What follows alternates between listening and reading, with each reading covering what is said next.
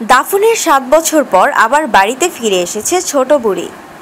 এমন সংবাদের ভিত্তিতে ছোট বুড়িকে দেখার জন্য বাড়িতে ভিড় করছে নারী পুরুষ। তবে আসল ছোট বুড়ি নাকি নকল বুড়ি তা নিয়ে নানা প্রশ্ন পরিবারের লোকজনদের মধ্যে।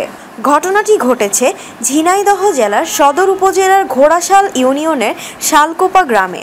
সরেজমিনের শালকোপা গ্রামে গিয়ে জানা যায়, শালকোপা গ্রামের মৃত মোহাম্মদ মোল্লার মেয়ে ছোট বুড়ি, বয়স ৬০, মানসিক রোগে আক্রান্ত হয়ে ১৯৯০ সালের দিকে বাড়ি থেকে বের হয়ে নিখোঁজ হয়।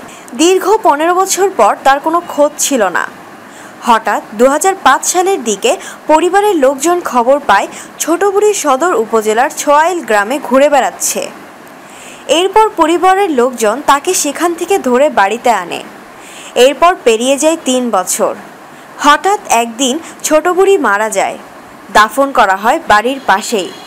এরপর সবাই নিশ্চিন্ত ছিল। ৭ বছর পর আবার গত ১০ সেপ্টেম্বর সকালে ছোট বুড়িকে সদর উপজেলার নারিকেলবাড়িয়া এলাকার মহিষাডাঙ্গা গ্রামে দেখা গেছে। এমন খবর পেয়ে তার সেজ ভাই সদরউদ্দিন মোল্লা সহ অন্যরা সেখানে যায় এবং দেখে তার বোনের মতোই চেহারার একটি মহিলা। এরপর তারা তাকে প্রশ্ন করে, তোমার বাড়ি, তোমার বাবার নাম, তোমার ভাইদের নাম কি? একে একে সে উত্তর দেয়। পরে তাকে আবার নিজ বাড়িতে আনে সদরউদ্দিন। এ ঘটনা জানাজানির পর এলাকার নারী পুরুষ ছোট বুড়িকে দেখার জন্য ভিড় করছে তার বাড়িতে। ওই গ্রামের মরিয়ম বেগম আলেয়া খাতুন জানান, অনেকে ধারণা করছে ছোট বুড়ির আত্মা নিয়ে আবার বাড়িতে ফিরে এসেছে, কিন্তু অলৌকিক কিছু ঘটেনি। আসলে আগের মরে যাওয়া ছোট বুড়ি হয়তো নকল ছিল। ছোট বুড়ির ভাই সদরউদ্দিন মোল্লা জানান, আগে যখন তার বোন ভেবে ছোট বুড়িকে নিয়ে আসা হয়েছিল, তার সাথে নিজ বোনের হুবহু মিল ছিল।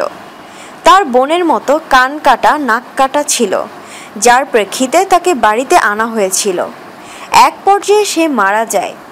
আমরা তাকে বাড়ির পাশেই দাফন করি, কিন্তু ৭ বছর পর হঠাৎ করে আবার যখন আমরা আরেক ছোট বুড়িকে পাই, তখন বুঝতে পারি এটাই আমাদের আসল বোন।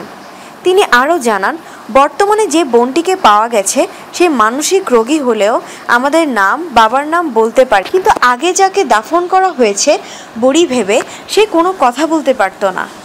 ঘোড়াশাল ইউনিয়নের ১ নং ওয়ার্ড মেম্বার জাহিদুল ইসলাম দুদু জানান, ঘটনাটি জানার পর এলাকায় বেশ চাঞ্চল্যকর উপস্থিতি সৃষ্টি হয়েছে।